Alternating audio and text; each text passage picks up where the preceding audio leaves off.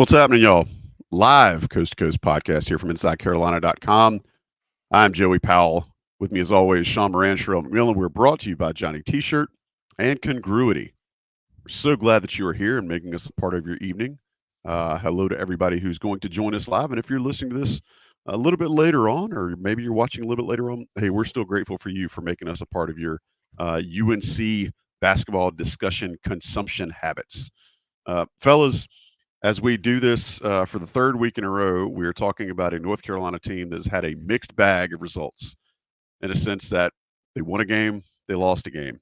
I think there are things to be taken away from both situations, positive and negative.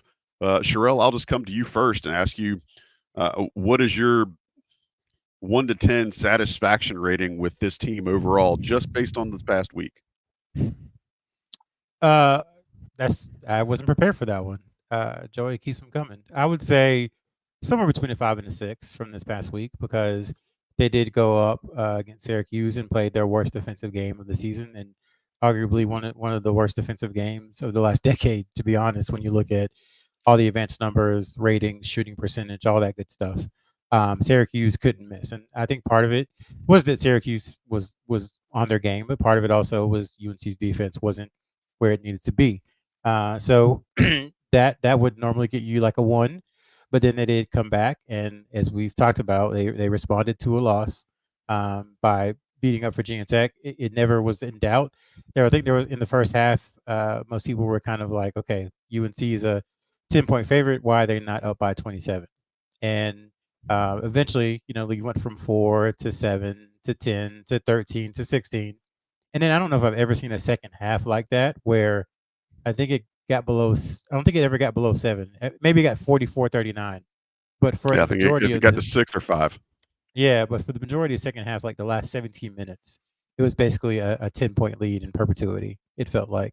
So I think them responding the way they did, continuing their offensive resurgence that is coupled with a defensive diversion or divergence, I guess I should say. You got to say it was a solid week. It wasn't great. It wasn't bad. They beat a team that they should have beaten at home, and they lost to a team that they probably should have beaten on the road. So on they go, and getting ready for this week off. Sean, same question. How do you feel after looking at another mixed bag week for the Tar Heels? 1 loss at Syracuse, 1 win at home against Virginia Tech. Yeah, I think looking at the past few weeks, this week was hoping they'd be 2-0 with a game at Syracuse as well as then home against Virginia Tech. So I give it a 4 to 5. 5. I think offensively, they had their best performance in the ACC against Virginia Tech, just on my favorite points per possession stat. They also did very well against Syracuse, although that was getting down or really struggling at the beginning, getting down and then doing that again in the second half. But defensively, Syracuse was disappointing to watch, to say the least. Obviously, teams are going to have those types of games, but still think that should have been a game that they should have come back with a win, especially as they're trying to take home the ACC regular season, have two teams just nipping at their heel, as well as staying in contention for a top seed in the tournament. So I think we've always talked about this last 7-8 games, no real game off, and I think we're seeing that. But I know we'll get into it a little bit more about what's going well and what can be improved upon. So I think there are definitely some things to talk about. But this week it'll be good to get a break, and then obviously a huge game on Saturday. Yeah, I think both of you make some really strong points there. Sherrell, do you have something you wanted to add? Yeah, I was going to say we can go into it if we want to. The offensive, how the offense seems to be kind of ramping up at the same time that the defense is kind of ramping down. They're like two ships kind of crossing in the night, going in different directions right now. I was looking at Bartovic, and you can sort all kinds of ways, but it's wild that 3 of UNC's best games when it comes to offensive rating have been in the last week and a half. So they were 131.8. That's points per 100 possessions is what we're talking about. So 131.8 points per possession per 100 possessions against Duke. They were at 132.8 against Syracuse, and then 131.3 against Virginia Tech. The only time they've been higher than that was Tennessee when they were just at an ungodly number, 153.7. So I think you're seeing the offense kind of figure it out, but at the same time, they're starting to be leaky. Not to use a they're starting to be leaky a little bit. I was waiting for you to go there for me. They're starting to leak a little bit defensively, and I wonder, Joey, you or Sean, like, is it just this what it's going to be? Because the last time they had a break like this, it seems like they figured out the defense during that break. It was after Kentucky and UConn where they gave up 85 or I think it was 85 or 86 points in consecutive games. So like, I'm curious what y'all see. Is this like the offense is getting better, which causes the defense to be worse, or is the defense just playing bad and the offense is finally coming around? I'll be a huckleberry for you. I think the DNA of Carolina basketball has always been we're going to outscore you, and then everything else kind of will take care of itself. So I think when you're looking at a situation like they have right now, where I think there's a lot of guys right now that are dealing with some niggles. They've got an ache here, a cramp here, a recurring whatever. I think what you're seeing right now is where they may not physically be in their top form. They're kind of reverting and letting offense take over. But I'm Sherrell, you made a great point about that Syracuse game. Their points per possession was really good, and they still lost to a team that was shooting 63%. I mean, it's just goes to show you how weird college basketball can be sometimes. Sean, how do you feel about the question from the delegate from Hope Mills?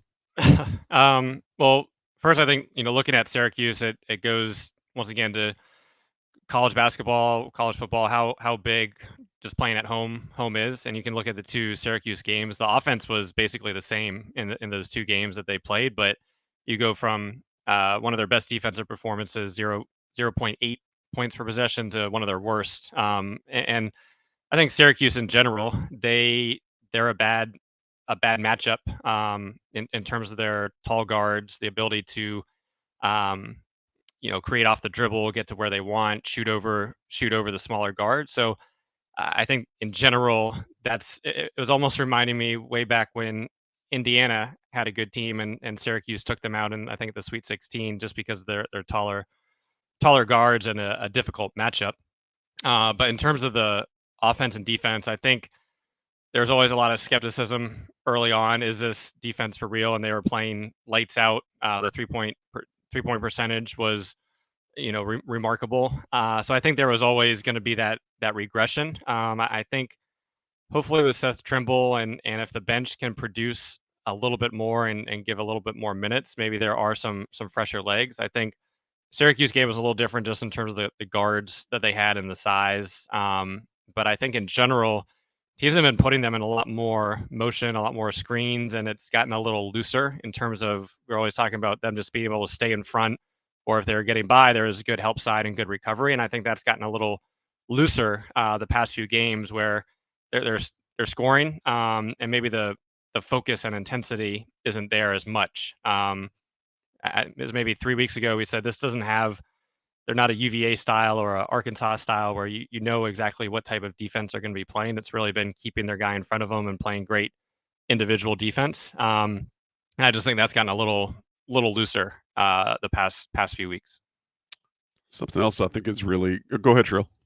I would say it was going back to Syracuse. It was funny to me. This is kind of related to what Sean was saying, but they intentionally Syracuse plays one of the faster tempos in the ACC, and it was hilarious to me that in that game you could see a concerted effort from them to just completely slow it down.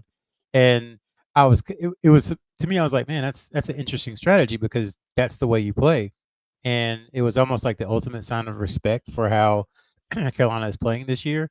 But at the same time, I don't know. I'm not a big fan of like throwing out what you do well just to counter what someone else does well. I've seen that happen too many times to my favorite NFL team in the playoffs, and that's what Syracuse did. It was very, very strange. I don't know. I was curious about y'all's opinion on that because they're a fast team. They have big guards. They have athletes. They have guys who can shoot. Like, you want to get up and down the court.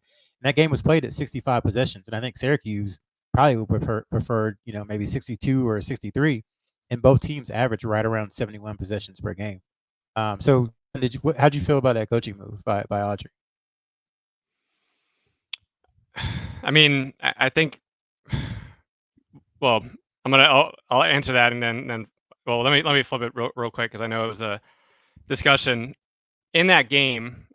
Defensively, would you have gone zone at all? I know UNC, they've only played at most 10 possessions all season, but as I was watching it, even if it was just one or two possessions to change it up a little bit, because you look at Starling, and I think he was shooting low 30%, but he got comfortable. Everybody was very comfortable in that game in the half court.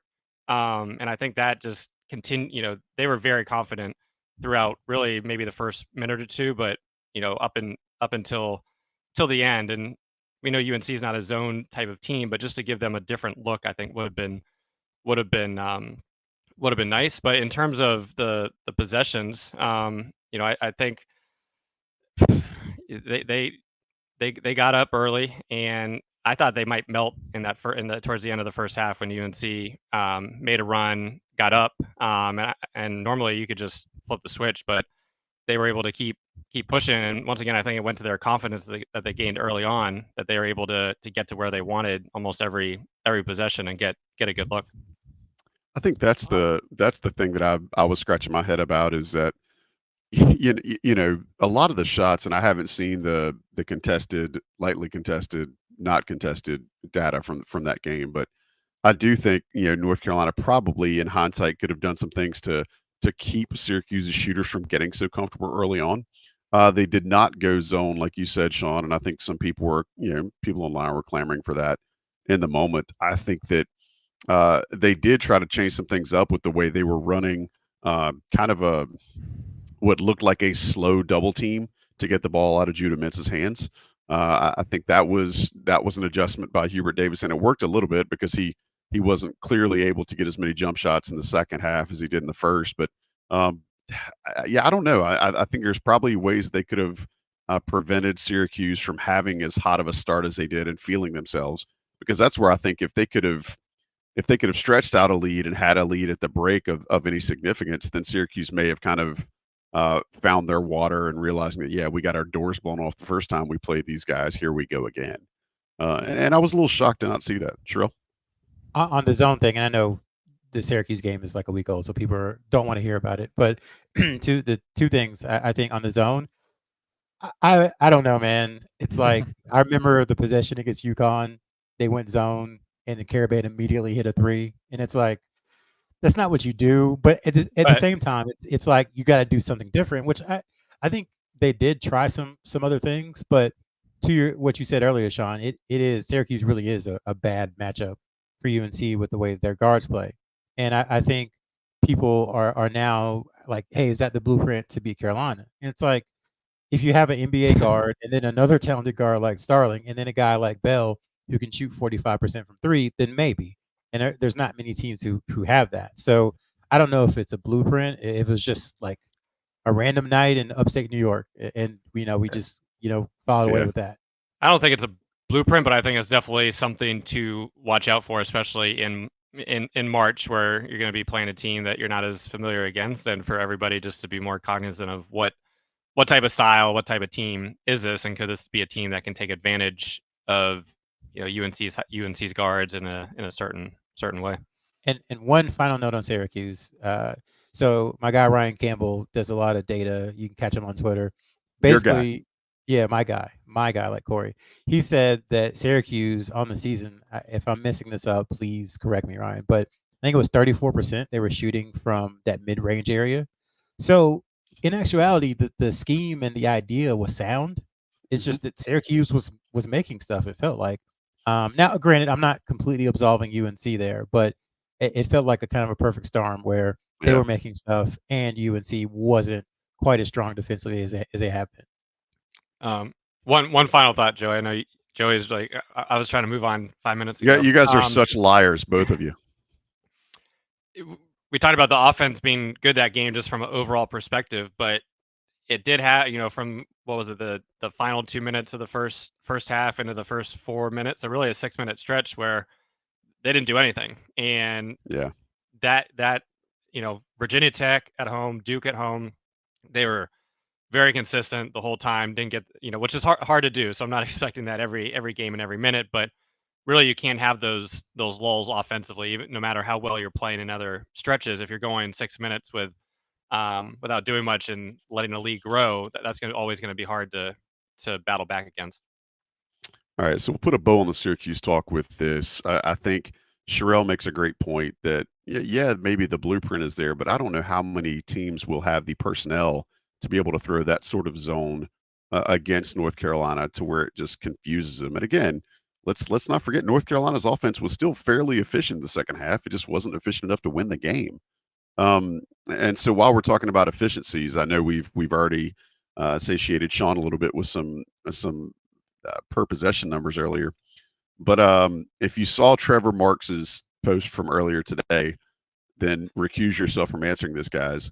But right now, if I could ask you where you thought North Carolina ranked in conference-only offense and conference-only defense, what would you say, Sean? This is your stat trail, by the way. I mean, I looked at it last night, so I'll play the game. Okay. 12th in offense and 15th in defense. Conference only? Yes. Yeah, you're absolutely trying to turn this on his head because you're feeding me, and I love that deep down in my soul.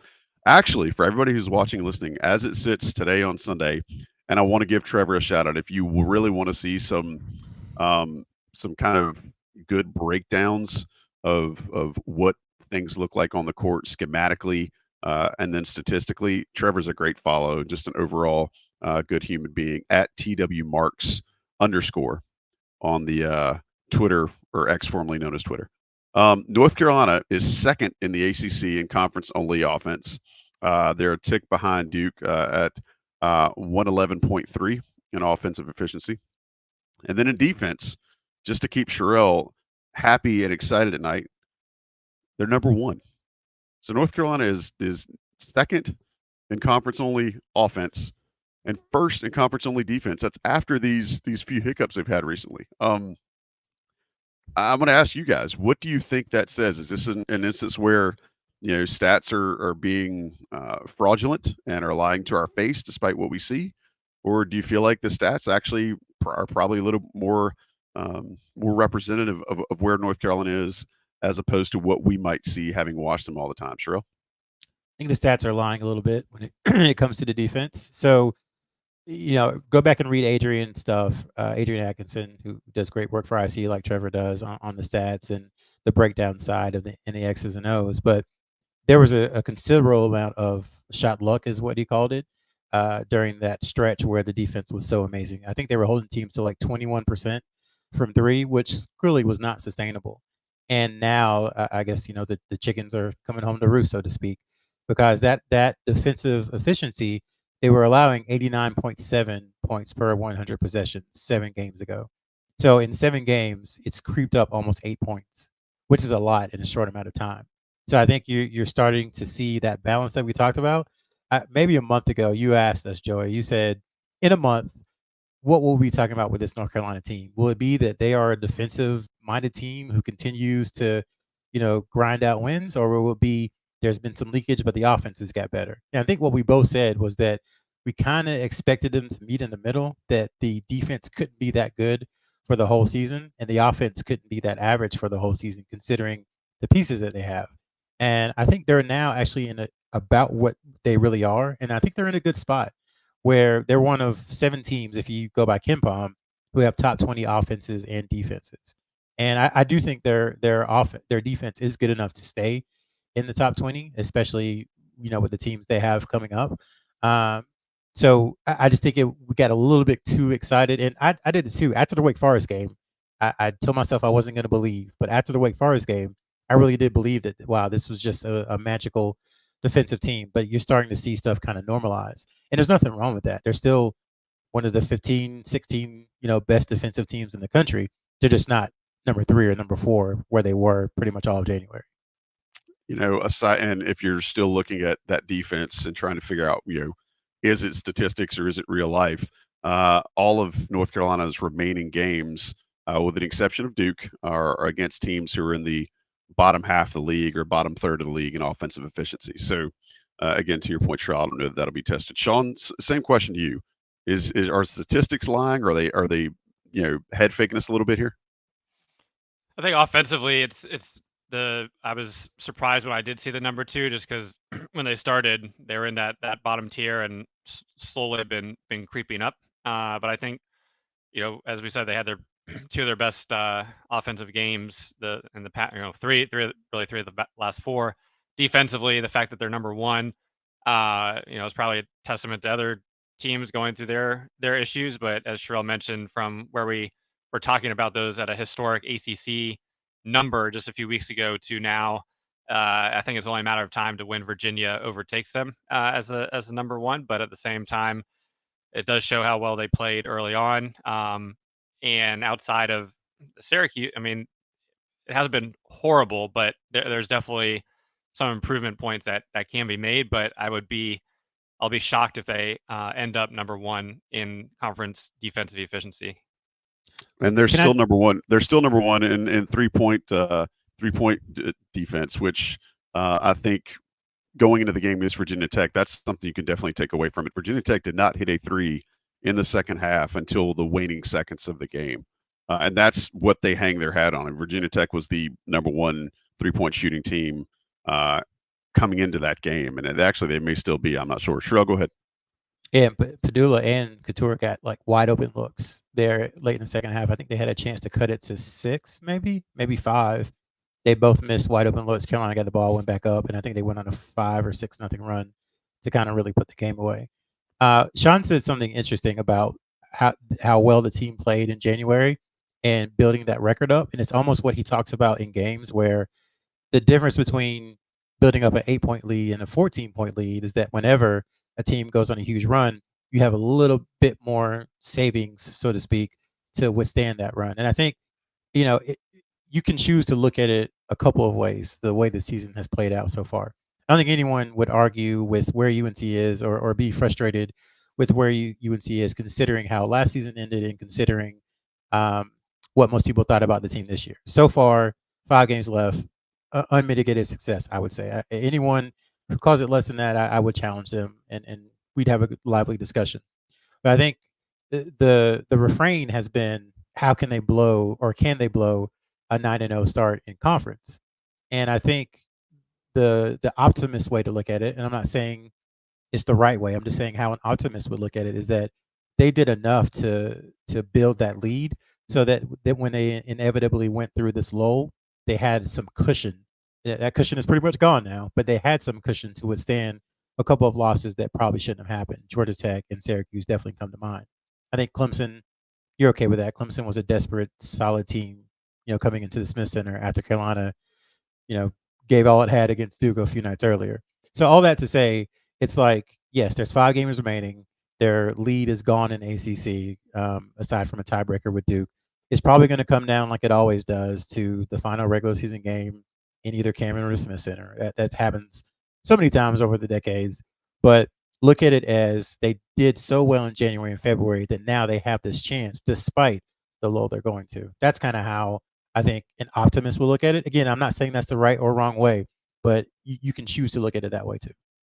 Something that's fascinating to me is if you consider how rough North Carolina's season was last year from a fan's perspective, how quickly that January run put everybody right back in that mindset of North Carolina should never lose a game. Like, North Carolina should never give up a lead. North Carolina should never lose a home. Like, it just, and that's hard for me to wrap my head around too, Sherrell. You talk about the optimistic point of view. It's hard for me to understand how people are already, again, with this, what seems like almost entitlement, knowing what this team dealt with last year with regard to talent versus results. Well, that speaks to how much people love Carolina basketball, and not to put our psychologist hat on, but when you love something so much and something has been so successful for so long, and a part of your identity is in that thing, like you do feel a little entitled. And I think the people who run the basketball program know that without let's not take it too far, but without that sense of entitlement, and Carolina basketball isn't really it's not what it is at this point. So I think you need that, but Yeah. there also has to be some common sense that's in there too. I think that's fair. So let's look forward to the remaining games, and I think this is one of the things that we haven't been able to do recently because we've been looking back at the recent performances. But moving forward, I think we've got, as you guys mentioned, there are 5 games left.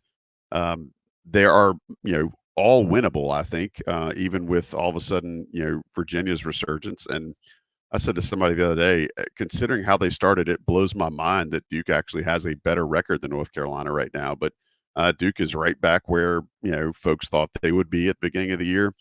So I'll pose it to you guys, Sean. How do you think this team, after getting the week off this week, rounds out the rest of the conference season? Great question. Try to always do the one game at a time, but I think it having 3 out of those 5 games at home, especially playing what will be the toughest or second toughest game of the year, Saturday, and being able to come back to Miami.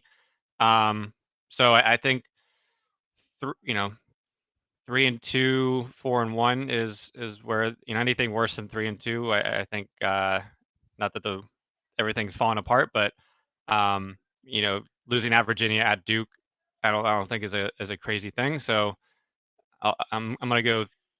I think 3-2, 4-1. Leaning 3-2 with how they've been playing. Sherrell, same question, sir. You know it was coming to you. Yeah, I don't know if I want to make a prediction about record.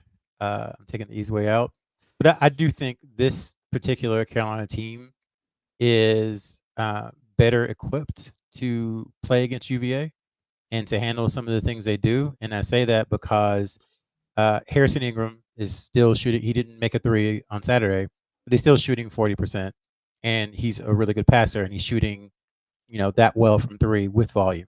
So there's that. Cormac Ryan has, after we all got on him, I said, "Is he a shooter?" I said it with my chest out last week, and he was like, I'm gonna show you, loser." And he's made 50% of his threes, since then.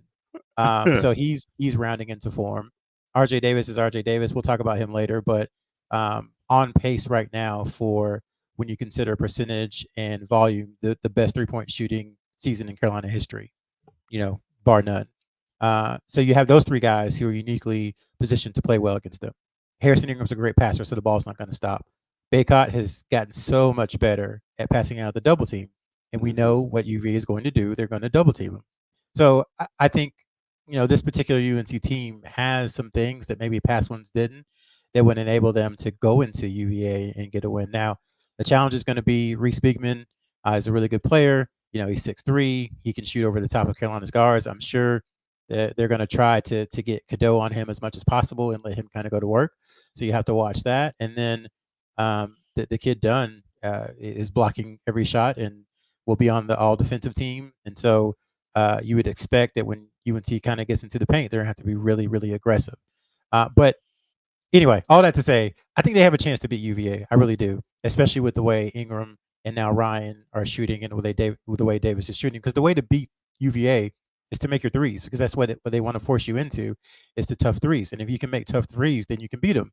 And Hubert Davis has played pretty well. I think he's 2-2 against Tony Bennett with a couple of major blowouts. Obviously, they haven't come at UVA. So I'm almost going to count that as a win. I'm going out on a limb. I really think they can win that game.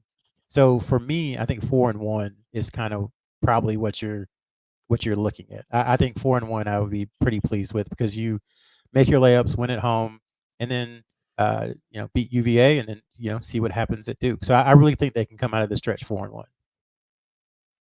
And to your point, Sherrell, and I love that you didn't want to give a prediction, but you did anyway. That's my Jedi mind trick for the evening. That game against UVA next Saturday is going to go a long way towards predicting end of year regular season rankings and seeding for the ACC tournament. I think it's going to be fascinating to see, and maybe North Carolina does have a couple of things differently that they haven't had the last few times they've played Virginia. Sean, I know you want to talk about Virginia's pace and just how much you love that offense. Go ahead. Virginia is up there along with the Big Ten in terms of just my favorite favorite teams to watch as well as root for. So, like the UVA, they certainly struggled early, and like many other years, almost they turn it around in ACC play, and they just dominate those ACC teams with their grueling style of defense and doing enough on offense. I think, to Sherrell's point, if UNC is going to end the streak in Charlottesville, this is the type of team to do it. Obviously, last year they jumped out to a big lead behind that first half performance of Jalen Washington and lost it in the second half. But what Sherrell was mentioning, you need 3-point shooting, which is what Pitt had.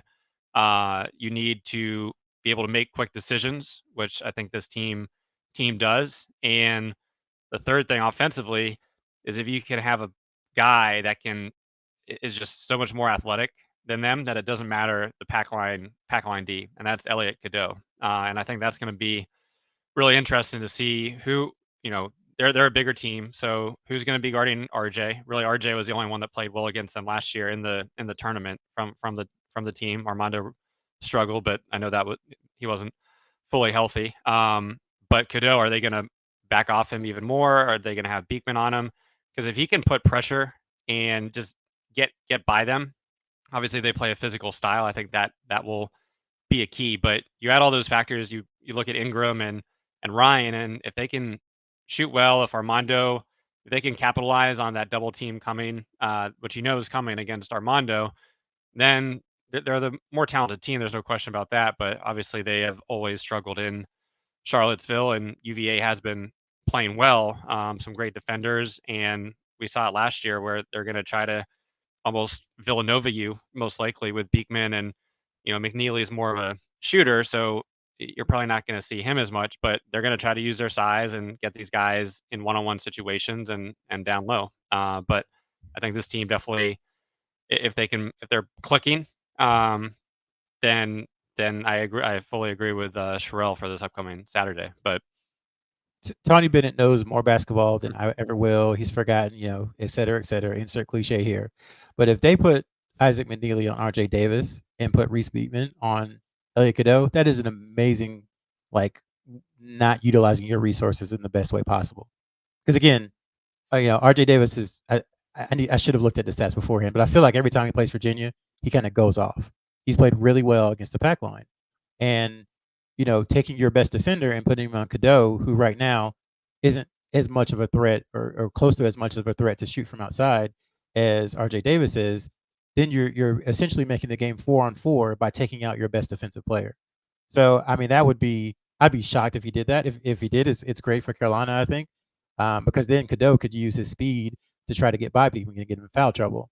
But I think the more natural kind of matchup is probably putting McNeely on Cadeau. But then that brings another set of challenges. So UNC's backcourt does offer some things that I think will give UVA some trouble. Which if McNeely is on him, he's going to be playing back even more so than he'll be playing safety basically. Yep. Yeah. There are a few things that make me as happy as hearing Sean Moran talk about Big Ten and Virginia basketball. It's right up there. Yeah. Any last things you want to throw at it, Sean, before we put this to bed?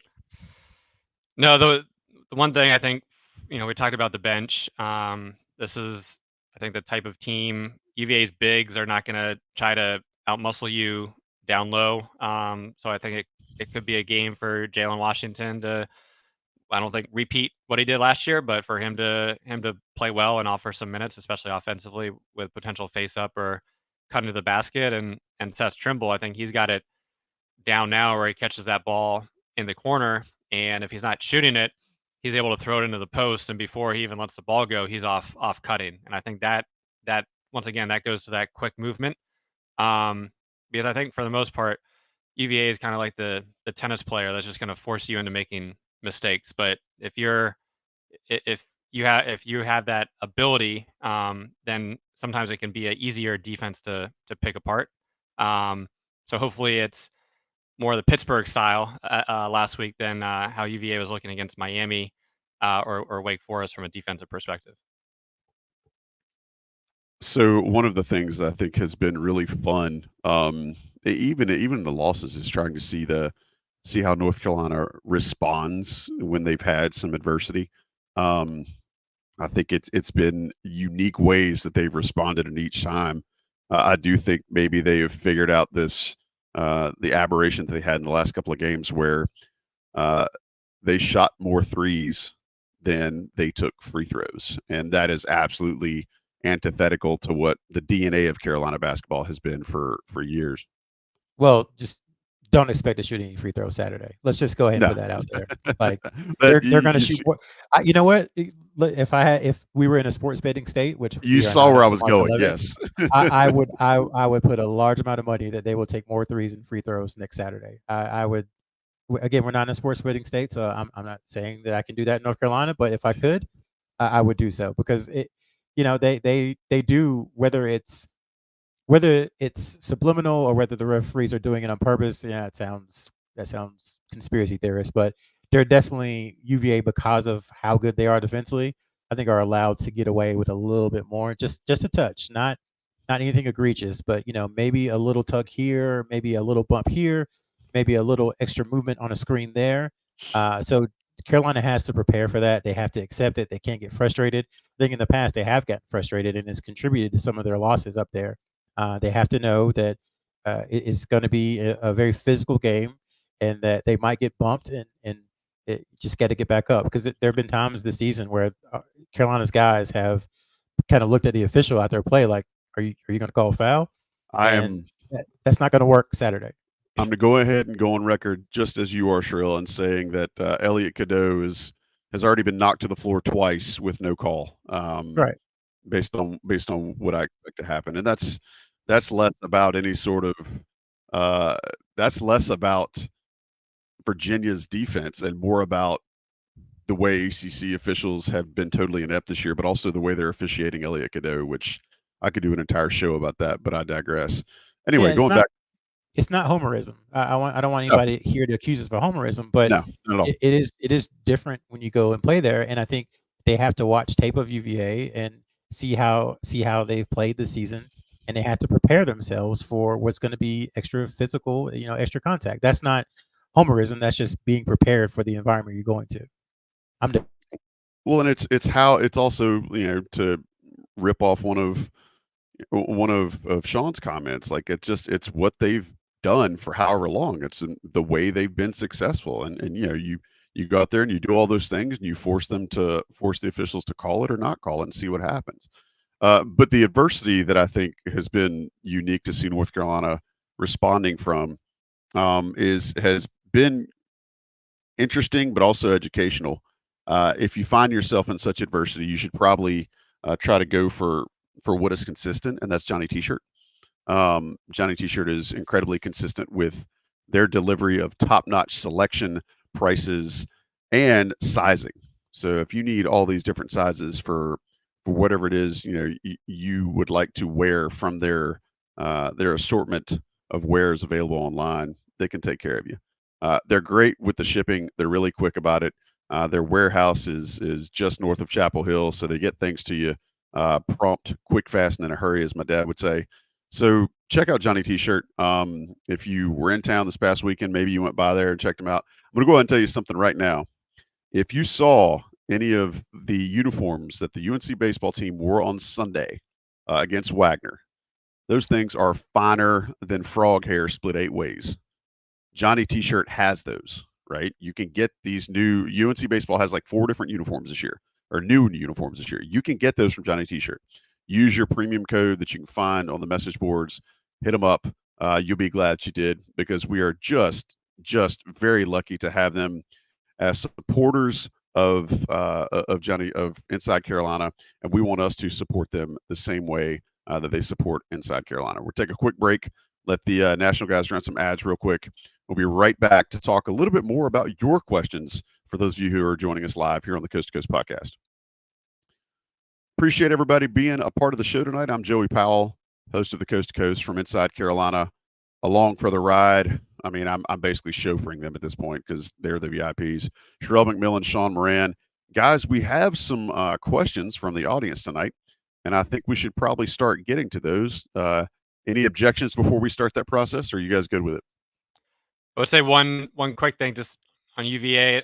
We were talking about UNC offense. I think, and earlier, Joe, you were talking about 3-point percentage. UVA is shooting 40% from the 3-point line in ACC play, so number one. So that'll be interesting to watch, just given their low turnover rate, slow pace of possession, and the way they've been shooting really from the guards up to the bigs. Yeah, and it's in their barn too, right? That always matters. Okay, we'll take some questions here, and I'll if you guys feel really strongly and you really just want to crush the answer, feel free. But if not, I'll try to spread them out evenly so that you both can enjoy the rest of your evening. First question from our guy Stephen Ryan, our guy. I just Corey Alexandered him because he's the first question for the night. Stephen Ryan asks, after how Wojcik played last week, do you think he should have earned more minutes this week? Thought he could have given some blows, and obviously he's pointing out, North Carolina didn't play the bench as much in the second half against Syracuse. They probably, as folks probably would have liked, but again, that's hindsight. Sherrell, how do you feel about Paxton Wojcik and how he acquitted himself, and do you see a way he finds a path to more playing time? I thought he played well, especially those 2 games that Trimble was out. He contributed. It's kind of overlooked in the Clemson game, but he had a decent stat line. He scored. He played, pretty solid defense. I think he hit a shot against Miami, maybe. I can't recall. It's all starting to run together. Maybe that was Clemson then. But at any rate, I thought he was solid, which is kind of what you want him to be. I think Syracuse, that we just talked about how athletic their guards are, how quick they are, how athletic they are. That's just not a good matchup for him. So I understand why he didn't against Syracuse. And then against Virginia Tech, the game pretty much was in hand.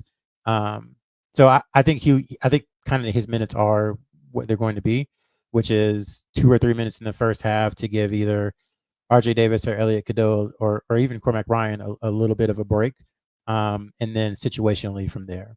But that's kind of his role in the team, and I think he's doing it well. But I don't know if there's particularly a path to additional playing time, sans injury.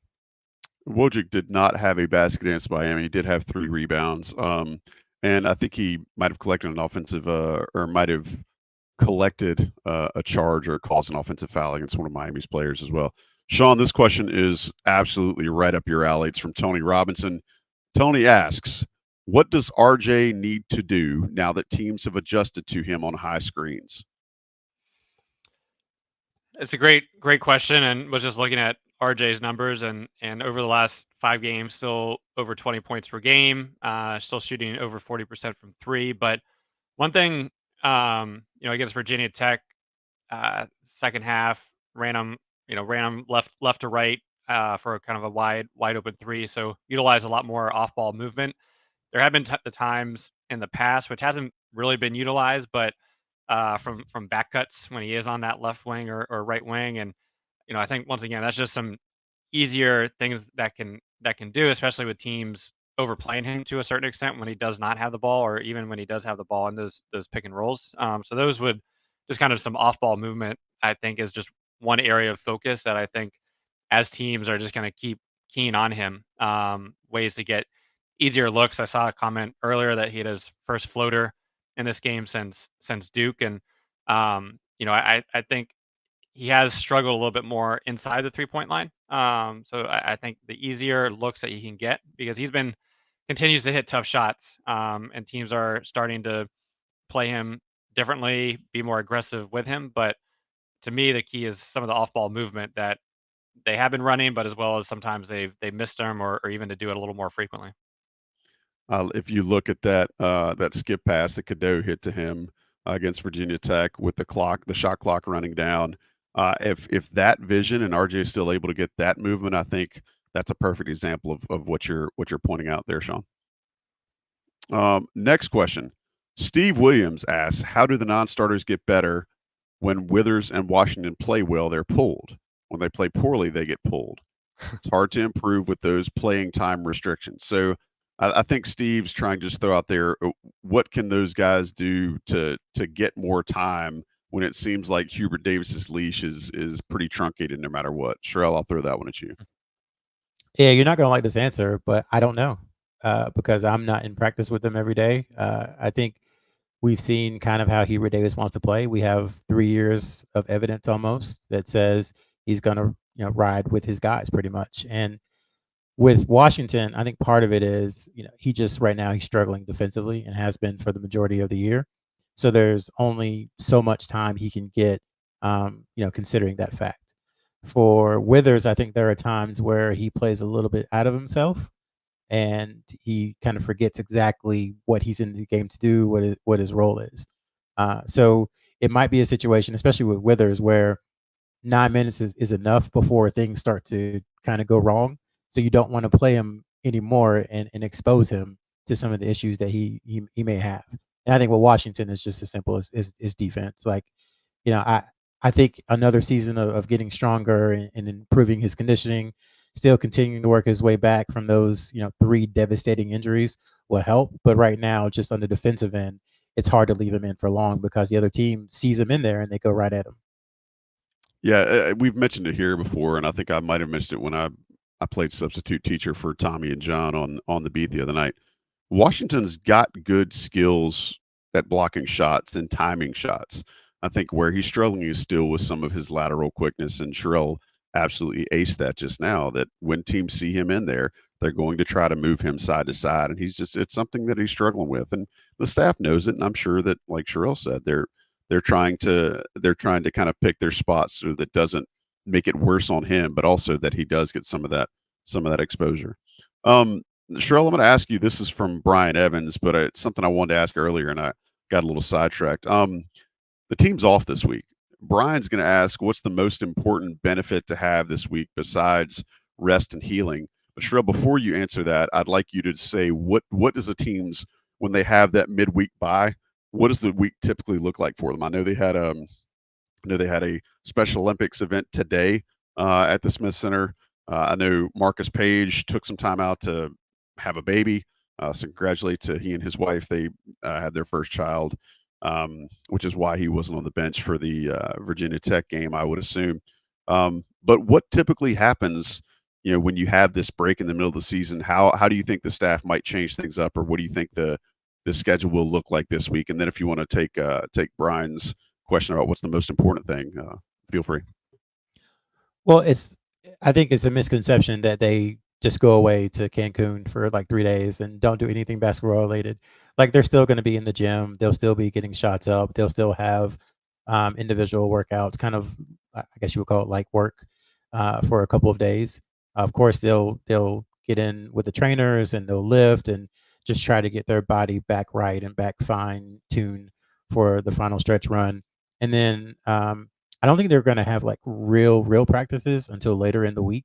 So Monday, Tuesday, Wednesday will be kind of that light stuff, the shooting, conditioning, cold tub, lifting weights, that kind of stuff. And then later in the week, they'll get back to real practice. I think what we should look for is that earlier this season, again, I keep going back to it. They lost those 2 games back to back to Kentucky and Connecticut, gave up a lot of points. They found a way to beat Oklahoma, and then everybody went home for Christmas break.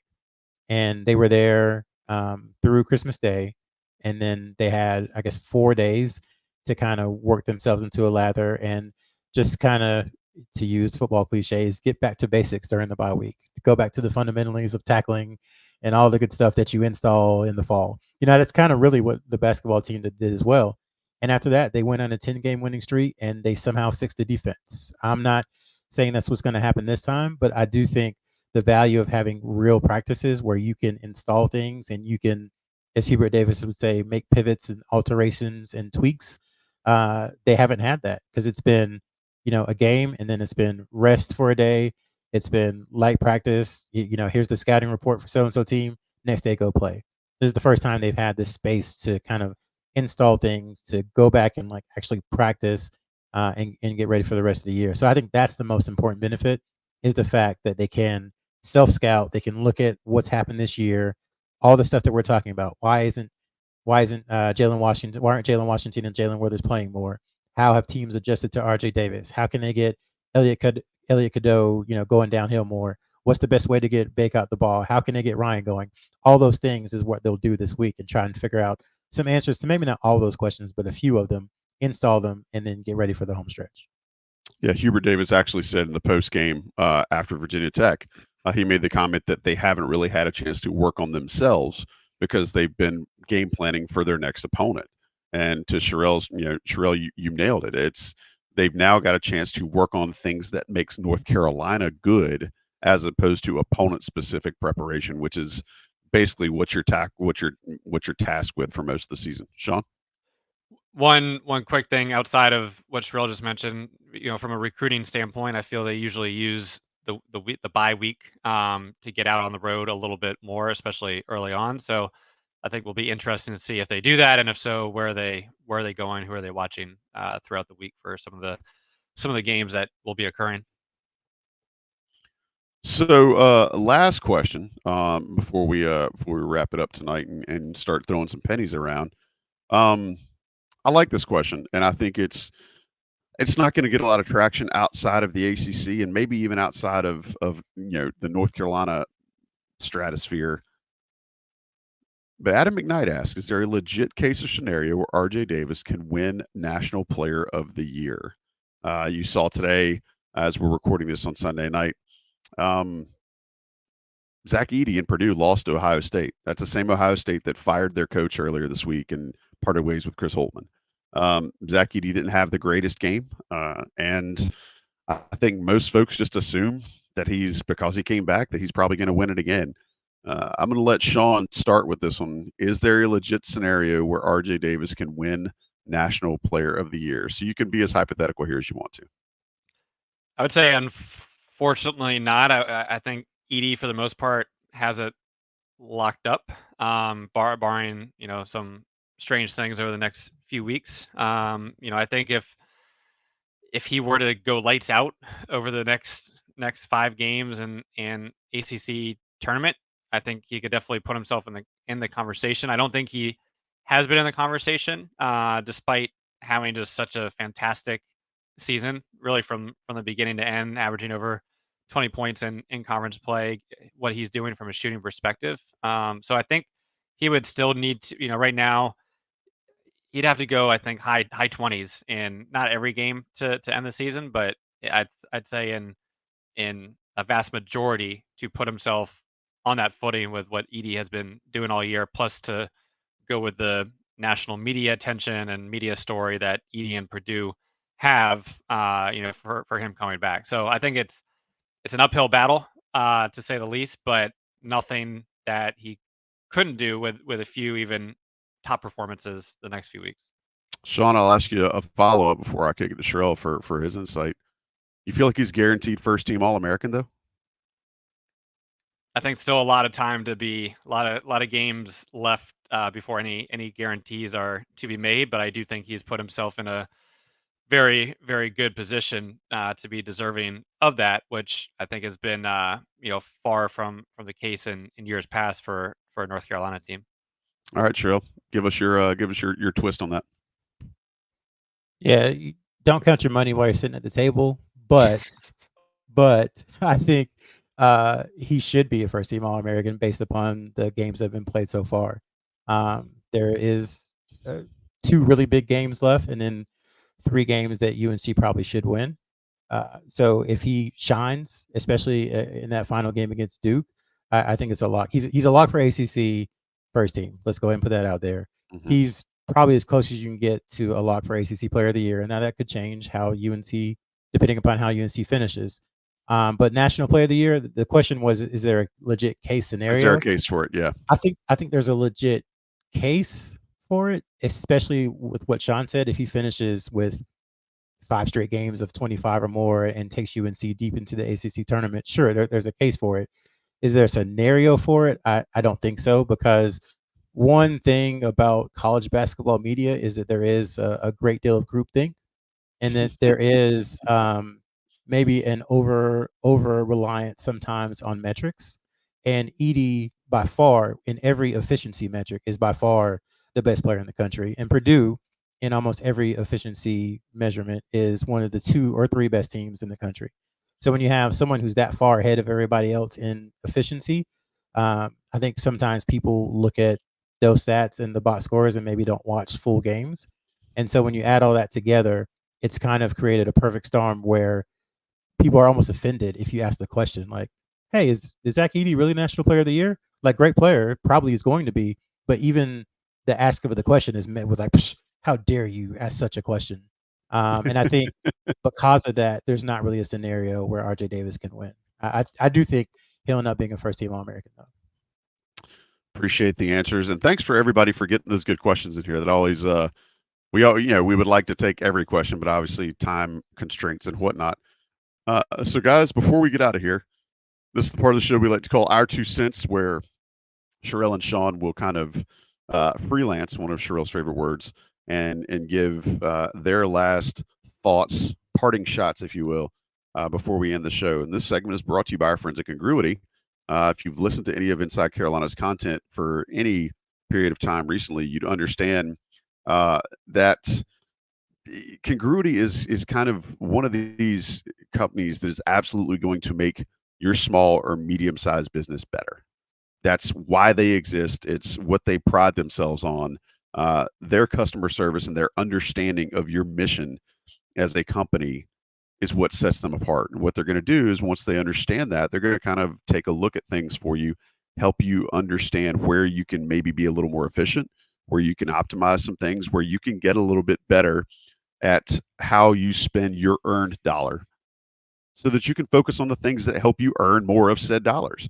Go to congruityhr.com/Tar Heels right now. They'll give you a free assessment of your small or medium-sized business. And what they'll do then is they'll probably have some ideas as to how they can help you take some of the administrative HR benefits type things off of your plate so that you can go focus on either growing the company, scaling the company, whatever you want to do.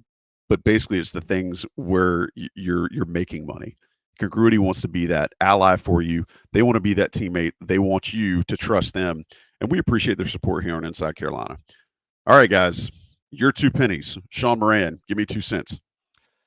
I think first one, just staying on the RJ Davis train.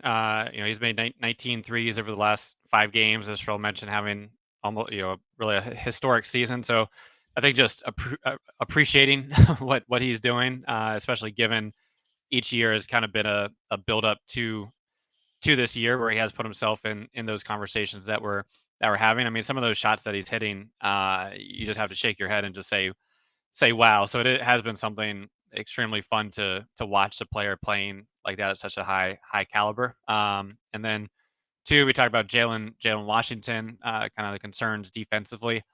Offensively, he's still per synergy in the 99th percentile on a points per possession basis. So when he gets the ball, he's being effective. He's doing what above and beyond what he needs to do. And I think if he can carve out over these next few weeks, kind of that consistent roll off the bench, I think it does help Armando, especially towards the end of the game, to go a little harder. But you can't have those defensive either lapses, and once again, teams are going to try to target him. So he needs to step it up defensively so that he can let his offense shine in those 5, 10, whatever minutes he's getting per game. So RJ and Jalen, 2 things for me this week.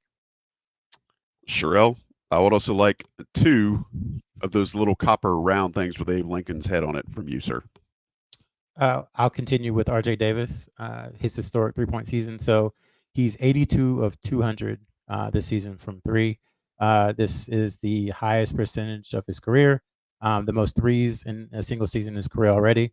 And I believe, the fact people can check me on this, but I believe Marcus Page, Justin Jackson, Cam Johnson, Brady Manick, and Caleb Love are the only Carolina players to make 93s in the season. And so RJ has 7 games to get 8 to make it there.